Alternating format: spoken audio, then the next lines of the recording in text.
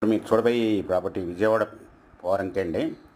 ఇది చేపలకుండి road బ్లూమింగ్డేల్స్ international school రోడ్లో ఉంటుందండి.